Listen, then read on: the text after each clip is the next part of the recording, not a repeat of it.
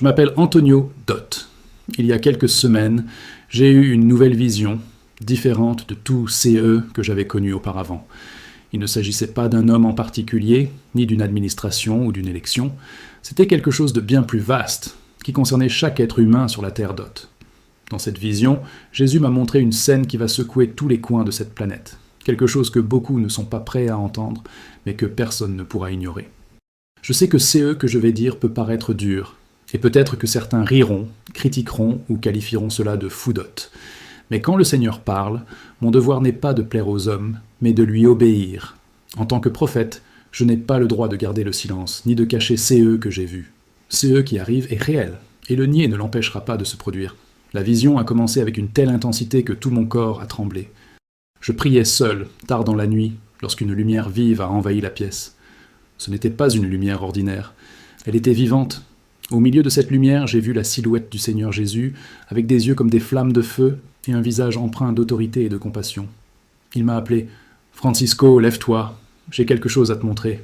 C'est bientôt la fin, le temps est écoulé. » Mon cœur s'est emballé. Je savais que CE n'était pas un rêve ordinaire. L'atmosphère a changé. Je sentais le poids des mots avant même qu'ils ne parlent. C'était comme si j'étais confronté à une sentence irrévocable. Jésus m'a montré la terre vue d'en haut. L'obscurité commençait à recouvrir les continents. Les gens, paniqués, couraient, mais il n'y avait nulle part où s'échapper. Soudain, j'ai vu les portes se fermer, les magasins se fermer, les routes bloquées. C'était comme si le monde entier avait reçu le même ordre au même moment. Restez chez vous. J'ai compris qu'il s'agissait d'un nouveau confinement.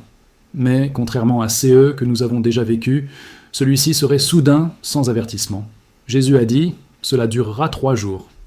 Et le 4e jour, François, quelque chose se produira qui changera l'éternité pour des millions de personnes. Le 4e jour, j'ai vu le ciel s'ouvrir. Des lumières tombaient comme des éclairs dorés. Des gens étaient soulevés de terre, certains en larmes, d'autres souriant. Leur corps rayonnait. Et j'ai entendu la voix de Jésus résonner « Mes enfants reviennent à la maison ». Mais en même temps, j'ai vu des visages désespérés, des gens frappant aux portes, implorant le salut. C'était trop tard pour eux. La séparation était définitive.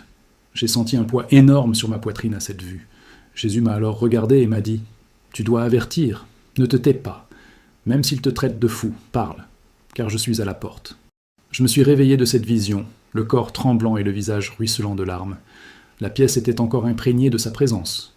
Je savais que cette vision était aussi réelle que l'attaque contre Trump, peut-être même plus.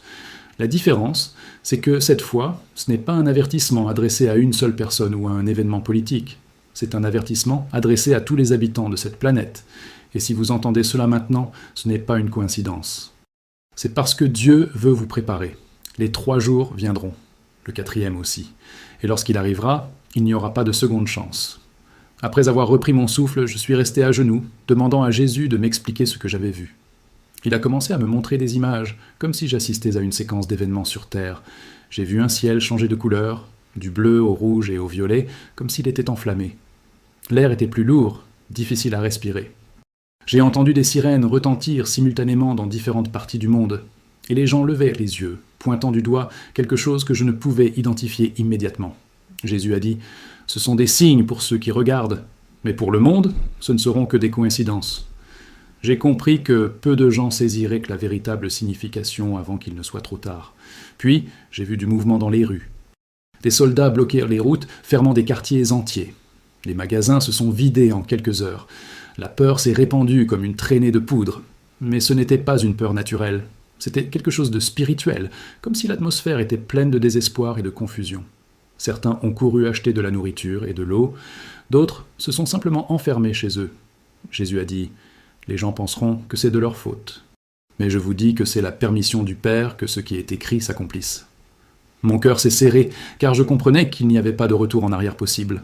Le temps pressait. Le 1er jour serait rempli de choc et de confusion. Les gens chercheraient encore à comprendre ce qui se passait.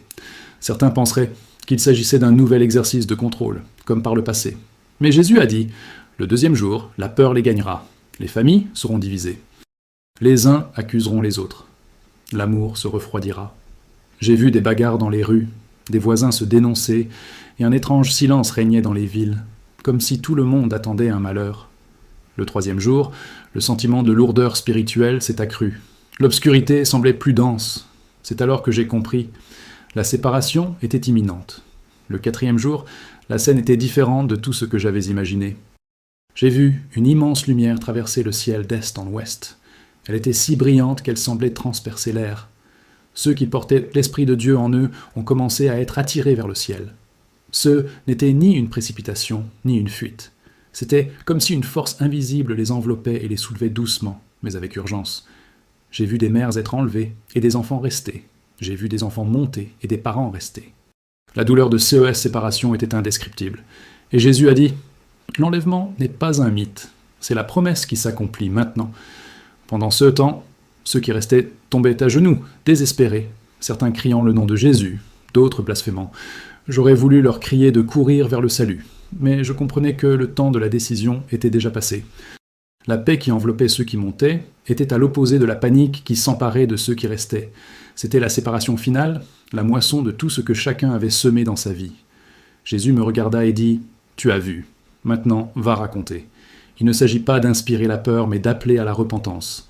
Car il est encore temps, mais pas beaucoup. » À la fin de la vision, j'ai ressenti un tel poids que mes jambes pouvaient à peine me soutenir. J'ai passé des heures à pleurer, non pas par peur pour moi-même, mais pour les millions de personnes qui ne sont pas préparées. Je savais que, tout comme le rêve de Trump s'est réalisé, cette vision se réaliserait aussi. Peu importe leur moquerie ou leur incrédulité. Je préférerais être traité de fou et avoir quand même parlé, plutôt que de rester silencieux et de regarder des gens partir pour l'éternité sans Christ. Si vous m'écoutez, sachez ceci. Les signes sont déjà là. Et lorsque les 3 jours commenceront, il n'y aura pas de temps pour se préparer. La préparation, c'est maintenant. Lorsque la présence de Jésus s'est dissipée et que la pièce est redevenue normale, j'ai su que je devais m'assurer que ce n'était pas le fruit de mon imagination. La première chose que j'ai faite a été d'ouvrir ma Bible et de demander au Saint-Esprit de confirmer la vision. Mon regard est tombé sur Matthieu 24, où Jésus parle de signes dans le ciel et sur la terre, et de la séparation entre ceux qui sont prêts et ceux qui ne le sont pas. Chaque verset semblait correspondre à ce que j'avais vu. Ce n'était pas une coïncidence. Je me suis aussi souvenu de Joël 2,31, qui dit que le soleil se changera en ténèbres et la lune en sang avant que vienne le jour grand et redoutable du Seigneur. Les images que j'ai vues dans la vision étaient aussi saisissantes que ces mots. Je ne suis pas du genre à me précipiter sur Internet pour partager quelque chose sans d'abord chercher le discernement. J'ai passé 3 jours à jeûner et à prier, demandant à Dieu de m'accorder la paix nécessaire pour partager. Et il l'a fait. Pendant la prière, j'ai ressenti à nouveau la même atmosphère que celle de la vision, comme si le ciel était tout proche. C'est alors que j'ai compris que le message ne s'adressait pas seulement à moi, ni à mon Église, mais à tous ceux qui ont des oreilles pour entendre. Ce n'est pas une question de nationalité, de parti politique ou de statut social. Il s'agit d'être prêt à rencontrer le roi des rois. Jésus m'a montré que beaucoup de gens, y compris au sein des églises, ne sont pas préparés. Certains sont distraits par des débats sans importance, d'autres pensent qu'ils auront le temps de se réparer plus tard. Mais ce qu'il m'a fait comprendre, c'est que ces 3 jours viendront sans prévenir. Il n'y aura pas d'alerte, pas d'occasion de réfléchir longuement. Soit vous serez prêts, soit vous serez pris au dépourvu. Et vous, si ces 3 jours commençaient aujourd'hui, seriez-vous parmi ceux qui montent ou parmi ceux qui restent ? Réfléchissez bien avant de répondre dans votre cœur. Je sais que beaucoup se moqueront de cette vision. C'est déjà arrivé lorsque j'ai parlé de l'attaque contre Trump. Certains ont ri, d'autres m'ont traité d'alarmiste. Mais en voyant les images à la télévision, ils sont restés sans voix. Je ne veux pas que la même chose se reproduise avec cet avertissement. Car lorsqu'il se réalisera, il n'y aura pas de temps pour changer de camp. Et le poids de cette vérité me pousse à m'exprimer, même si cela me coûte des amitiés, une réputation et du réconfort. Mieux vaut être rejeté par les hommes et approuvé par Dieu que l'inverse. Si vous me demandez comment vous préparer, je vous répondrai « Commencez dès aujourd'hui. Confiez véritablement votre vie à Jésus. Ne vous contentez pas d'assister à un culte, vivez en disciple. Lisez la parole chaque jour, priez, jeûnez, servez les autres et gardez votre cœur pur. Pardonnez. Abandonnez les pratiques qui, vous le savez, attristent le Saint-Esprit. Ce n'est pas une question de peur, c'est une question d'amour et d'obéissance. Car ceux qui aiment et obéissent sont déjà prêts pour l'enlèvement, que ce soit le 4e jour ou dès maintenant. Je ne connais ni le jour, ni l'heure. Personne ne le sait. Mais je sais que c'est proche. Jésus m'a montré que nous le sentons déjà dans l'air. C'est comme avant une tempête, quand le vent tourne et que le ciel s'assombrit. On pressent que quelque chose va se produire, même sans en connaître le moment précis. C'est comme ça, maintenant. Et c'est pourquoi je parle. Car mon rôle n'est pas de prédire les dates, mais de préparer les cœurs, Et si je me tais, le sang de beaucoup sera sur mes mains. Je ne peux pas permettre cela. Dans la vision, au 4e jour, tout changea en un clin d'œil. Le ciel, déjà lourd et étrange les jours précédents, s'ouvrit d'une lumière si intense qu'aucune ombre ne pouvait lui résister. C'était une lumière vivante, non pas comme le soleil, mais comme si elle était la présence même de Dieu envahissant l'atmosphère. Cette lumière commença à descendre en rayons qui touchèrent des personnes spécifiques, et à leur contact, elles furent enveloppées et soulevées vers le ciel. Aucun cri de peur ne s'échappa de leur bouche, seulement des larmes de joie et d'adoration. Certains levèrent les mains, d'autres fermèrent simplement les yeux, mais tous savaient qu'ils rentraient chez eux. Tandis que ces personnes grimpaient, j'en ai vu d'autres courir après elles, essayant de les attraper par les pieds ou les vêtements, mais leurs mains les ont transpercées. Le désespoir sur les visages de ceux qui restaient était quelque chose que je n'oublierai jamais. C'était un mélange de panique et de repentir tardif. J'ai vu un homme tomber à genoux, criant « Jésus, prends-moi aussi !» Mais la voix du Seigneur a retenti avec fermeté « Je ne te connais pas !» Cette phrase a résonné comme un marteau dans mon cœur. J'ai alors compris qu'il ne s'agissait pas de religion, mais de relation et de véritable obéissance. Des familles étaient séparées. J'ai vu une mère grimper tandis que son fils adolescent, resté derrière, pleurait et essayait de la rejoindre. J'ai vu un père être emporté tandis que sa femme, restée, criait son nom. C'était une profonde coupure, sans anesthésie. Et Jésus a dit « Je ne suis pas venu apporter la paix, mais l'épée. Aujourd'hui, je sépare les justes des injustes. » Ces paroles étaient dures, mais nécessaires. Il m'a fait comprendre que l'enlèvement est aussi un acte de justice divine, où chaque choix fait dans cette vie révèle son fruit éternel. En observant, j'ai remarqué que le bruit ambiant avait changé. Un léger chœur venait d'en haut, comme des voix chantant quelque chose que je ne comprenais pas, mais qui transmettait paix et sécurité. Au même moment, sur terre, il y avait des cris, des sirènes, et même des blessés dans la confusion. J'ai vu des chefs religieux que je connaissais prendre du retard. Ils prêchaient, chantaient, et même organisèrent des événements, mais Jésus ne les acceptait pas. Et il m'a dit « Ils m'ont servi des lèvres, mais non du cœur. Ils recherchèrent les applaudissements, pas ma présence. » Le contraste était saisissant. Ceux qui s'élevaient étaient en paix absolue, même s'ils laissèrent derrière eux des êtres chers. C'était comme si une nouvelle conscience les avait saisis, la certitude d'être enfin là où ils avaient toujours été.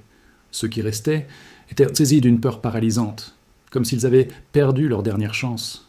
Cette peur provenait non seulement de ce qu'ils voyaient, mais aussi de la conscience d'avoir été avertis et d'avoir choisi de l'ignorer. J'en ai vu certains courir vers les églises, frapper aux portes, mais elles étaient vides. À la fin de cette partie de la vision, Jésus s'est tourné vers moi et m'a dit « Francisco, tu as vu le contraste entre ceux qui sont en moi et ceux qui ne le sont pas. Maintenant, parle. Montre aux gens que CE n'est pas le moment de jouer avec la foi. N'attends pas le premier jour du confinement pour commencer à prier. Le moment est venu de décider. Ceux qui attendent des signes pour se préparer sont déjà en retard. » Je me suis réveillé de cette scène, le cœur lourd et l'esprit gravé de chaque visage, de chaque larme et de chaque cri. Et je lui ai promis de parler, quel qu'en soit le prix. Dans la vision, Jésus m'a ramené dans le passé pour comprendre à quoi ressembleraient les 3 jours précédant l'enlèvement.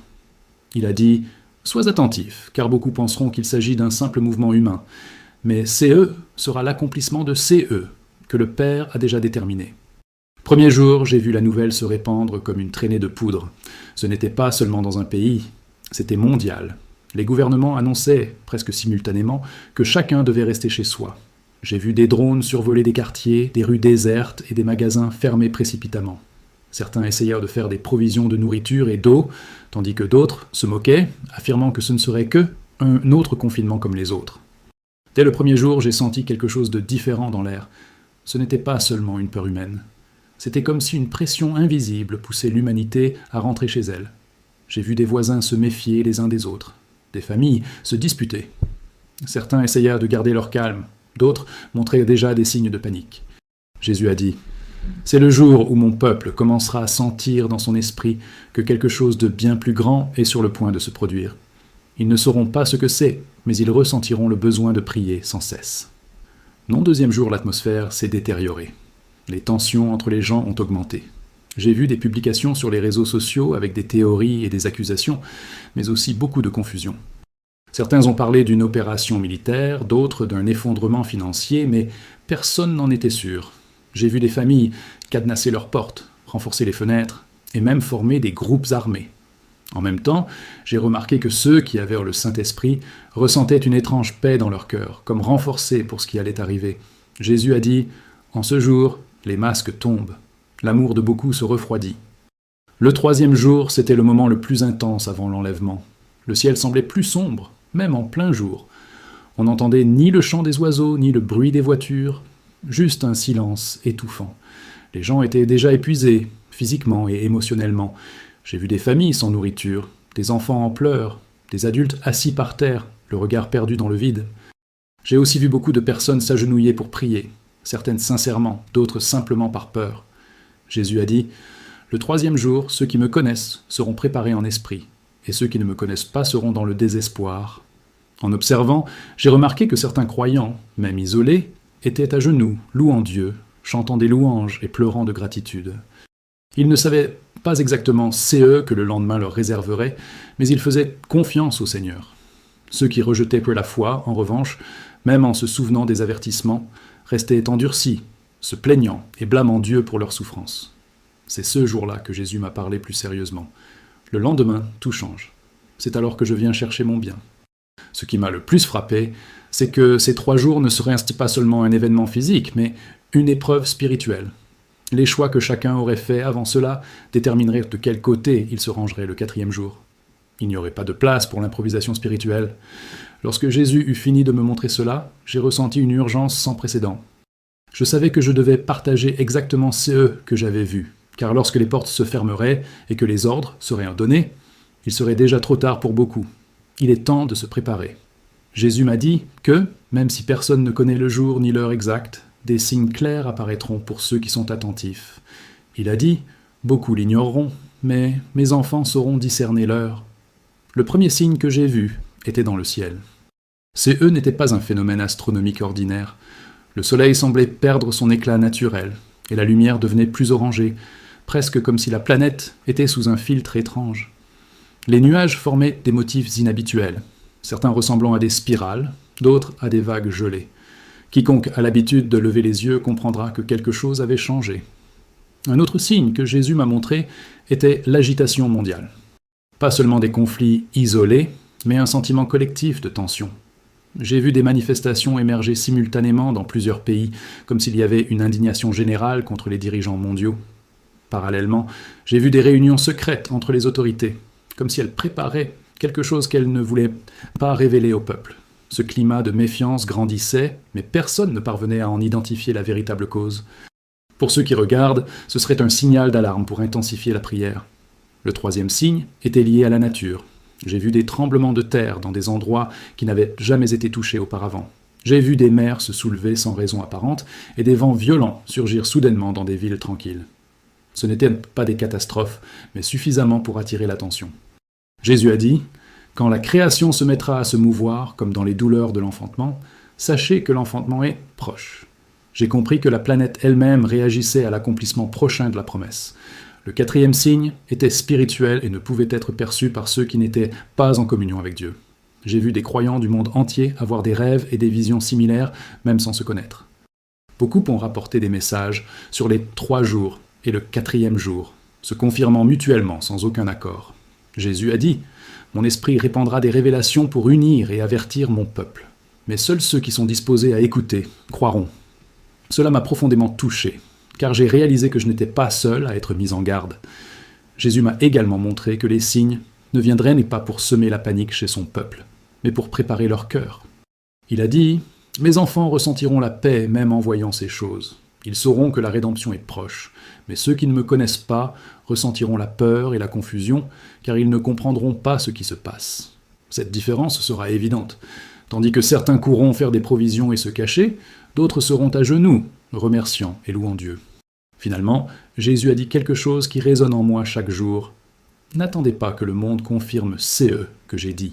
Ils se moqueront, ils essaieront de l'expliquer par la science et la politique. Mais ceux qui connaissent ma voix sauront qu'il est temps de se préparer. Et c'est pourquoi je parle.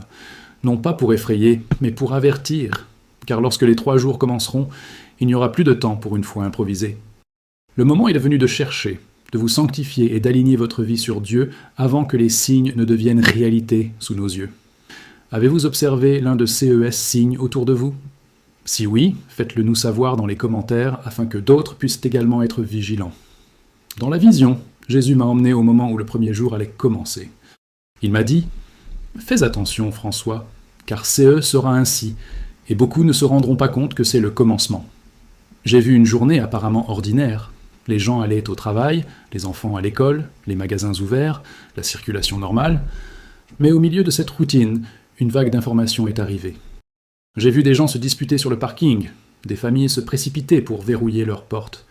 Dans les rues, policiers et militaires ont commencé à apparaître dirigeants et, dans certains cas, forçant les gens à rentrer chez eux. J'ai vu des regards effrayés, des mains tremblantes alors qu'ils fermaient fenêtres et portails.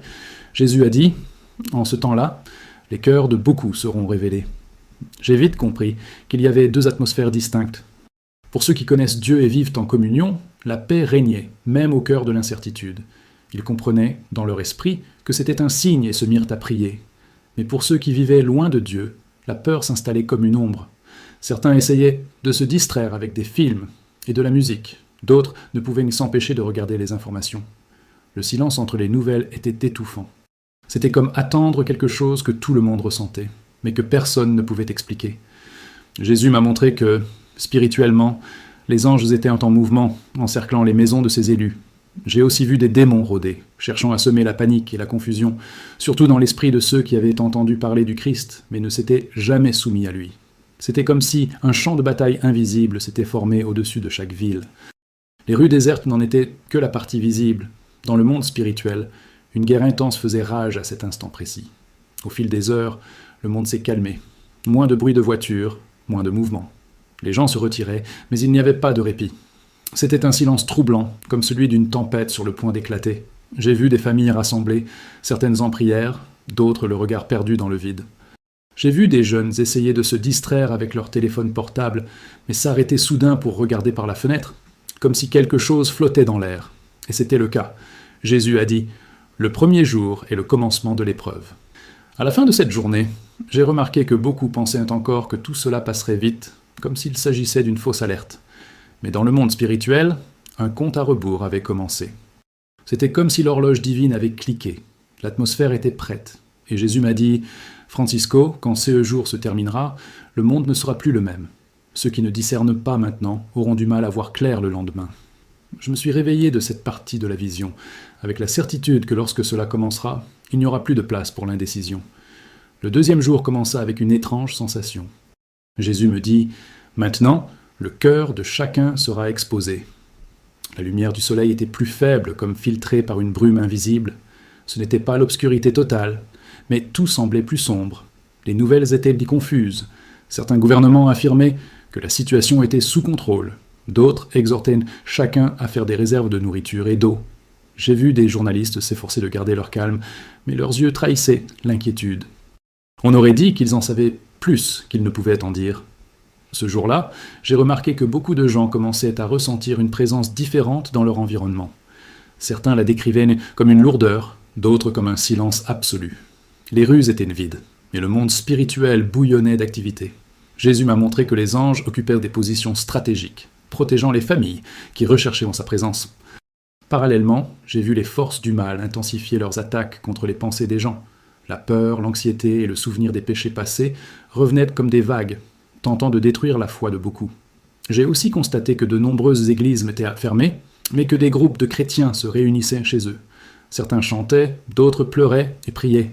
Jésus a dit « Le deuxième jour, la foi sera affinée. » Beaucoup de ceux qui ne m'ont servi qu'en parole décideront, une fois pour toutes, s'ils sont avec moi ou non.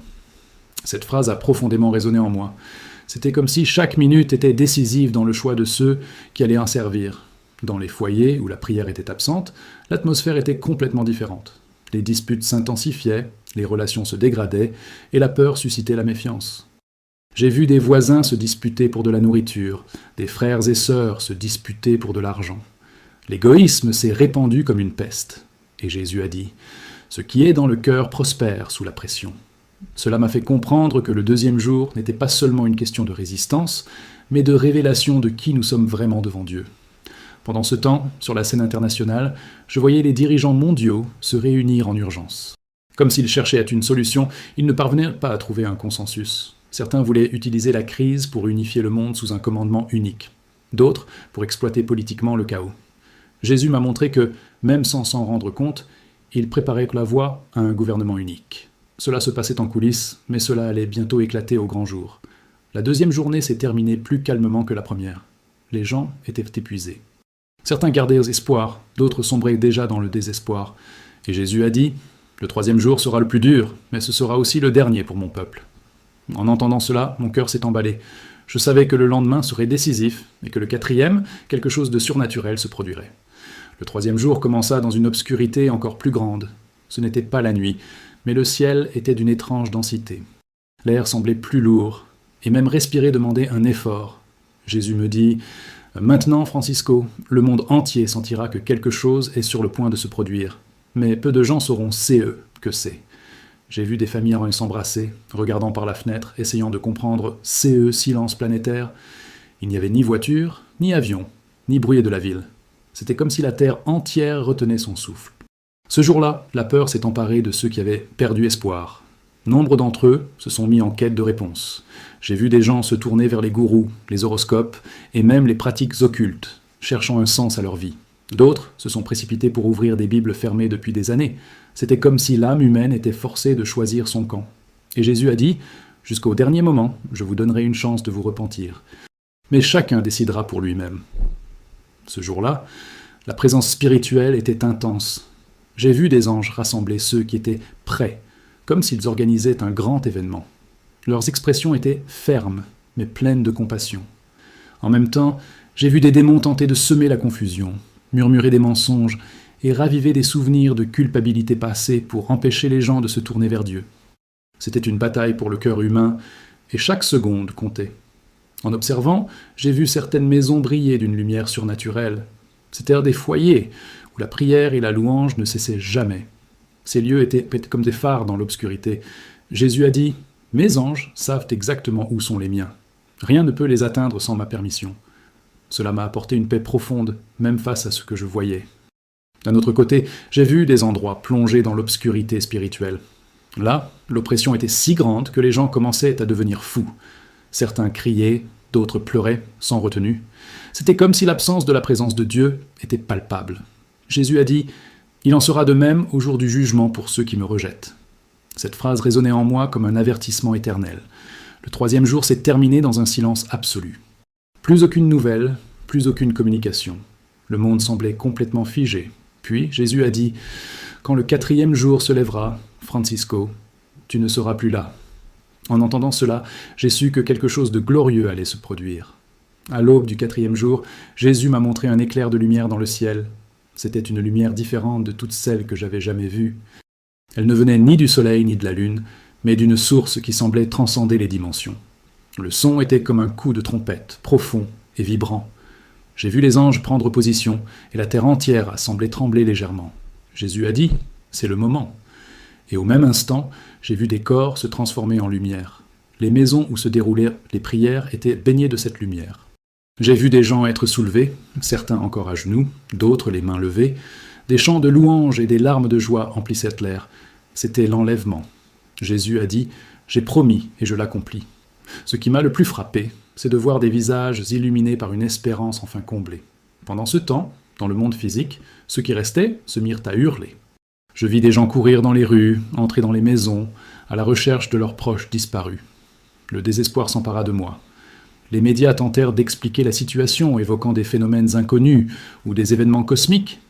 Mais force était de constater que des millions de personnes avaient disparu en un instant. La douleur était réelle et profonde. Jésus m'a montré que dans le monde spirituel, les anges escortèrent les personnes enlevées vers un lieu sûr, tandis que les démons tentaient d'emprisonner ceux qui restaient, scellant leur cœur par la tromperie. J'ai vu des larmes dans les yeux des anges, non pas de tristesse, mais de compassion pour ceux qui refusaient le salut. Les cieux spirituels étaient en fête, mais la terre pleurait. Le contraste était immense. J'ai vu des multitudes de personnes sauvées accueillies avec une joie indescriptible, tandis que la planète était plongée dans la plus grande tribulation de son histoire. Jésus a dit « Maintenant commence ce que mes prophètes ont prédit depuis des siècles. » J'ai compris que le compte à rebours était terminé. Cette partie de la vision m'a fait comprendre que l'enlèvement n'est pas seulement un événement pour les croyants, mais aussi un jugement pour le monde. Et Jésus m'a dit, c'est pourquoi, parle, avertis pendant qu'il est encore temps. Je savais que CE message devait être partagé de toute urgence. Quand la vision prit fin, je me retrouvais dans ma chambre. Le silence était réel, mais différent de CE que j'avais vu. Mon cœur battait fort et des larmes coulaient, sans que je m'en rende compte. Je savais que CE n'était pas un rêve, mais une révélation. Jésus m'avait confié quelque chose qui devait être dit, même si beaucoup se moquèrent de moi. J'ai passé des heures à prier, demandant à Dieu de me donner du courage. Il m'a rappelé le rêve que j'avais fait il y a des années concernant la tentative d'assassinat contre Donald Trump, qui s'est réalisée et a été mondialement connue. À l'époque, beaucoup en doutaient, mais ont plus tard reconnu sa réalité. Jésus a dit « De même que je parle en CE, jour-là, je parle pour que vous l'annonciez avant qu'il n'arrive. » Cela m'a donné la force d'écrire et de consigner CE témoignages. Je sais que beaucoup tenteront de l'expliquer scientifiquement ou diront que CE n'est qu'une théorie de plus. Mais pour ceux qui connaissent la voix du Seigneur, CE sera un signal d'alarme. Le monde n'est pas préparé à 3 jours comme celui-ci, et encore moins à CE qui suivra. Jésus a dit que CES jours serait déterminant. Soit on est avec lui, soit on est contre lui. Il n'y aura pas de juste milieu. J'ai décidé de partager chaque détail, même les plus effrayants, car je sais que certaines personnes peuvent encore changer leur histoire. Certains entendront et se prépareront, d'autres riront et oublieront. Mais mon rôle est d'avertir, et je l'ai fait. La responsabilité incombe désormais à chacun qui écoute. Quand je pense à cette vision, je ne ressens pas de peur, mais une urgence. Une urgence de prier davantage, de vivre une vie plus sainte, de pardonner et de demander pardon. Une urgence de partager Jésus avec ceux qui ne le connaissent pas encore, car lorsque CES jours commenceront, chaque seconde sera précieuse. Et Jésus m'a dit, pour la dernière fois, ce matin-là, dis-leur que je suis à la porte. Cette phrase ne me quitte plus. Et je te la répète maintenant, il est à la porte. Es-tu prêt ? Si vous avez écouté CE témoignages jusqu'ici, j'aimerais vous poser une question sérieuse. N'ignorez pas CE message. Partagez-le avec votre famille, vos amis et vos proches. Ils riront peut-être maintenant, mais le jour venu, ils se souviendront que quelqu'un les a mis en garde. Et c'est peut-être CE qui les poussera à chercher Dieu. Abonnez-vous à la chaîne pour continuer à recevoir des alertes comme celle-ci. L'important n'est pas le nombre, mais de toucher le plus de personnes possible avant qu'il ne soit trop tard. Chaque commentaire, like ou partage permet à ce message d'atteindre des endroits que je n'aurais jamais pu atteindre seul. Vous pouvez être le pont qui sauve quelqu'un. N'attendez pas que les choses empirent avant de décider de chercher Dieu. Commencez dès maintenant. Lisez la Bible, priez, demandez pardon pour vos péchés et confiez votre vie à Jésus. Il ne vous appelle pas à une religion, mais à une vraie relation. Il veut être avec vous, non seulement dans CES moments difficiles, mais pour l'éternité. Si vous avez ressenti quelque chose de différent en écoutant CE témoignages, ne l'ignorez pas. C'est le Saint-Esprit qui parle à votre cœur. Il vous appelle à être parmi ceux qui seront enlevés le 4e jour. N'endurcissez pas votre cœur. Dites oui à Jésus aujourd'hui. Et s'il vous plaît, partagez cette vidéo avec le plus grand nombre. Cliquez sur « Partager ». Ne la gardez pas pour plus tard, car il n'y en aura peut-être pas. Soyez la voix qui réveille quelqu'un avant qu'il ne soit trop tard.